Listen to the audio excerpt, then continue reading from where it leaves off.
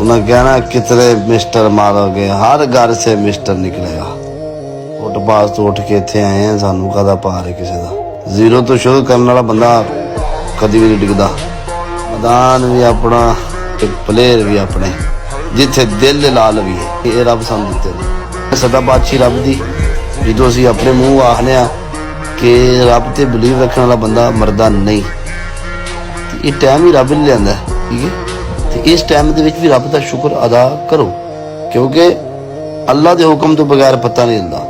रब तेरा शुक्र है, शुक्र अल्हम्दुलिल्लाह।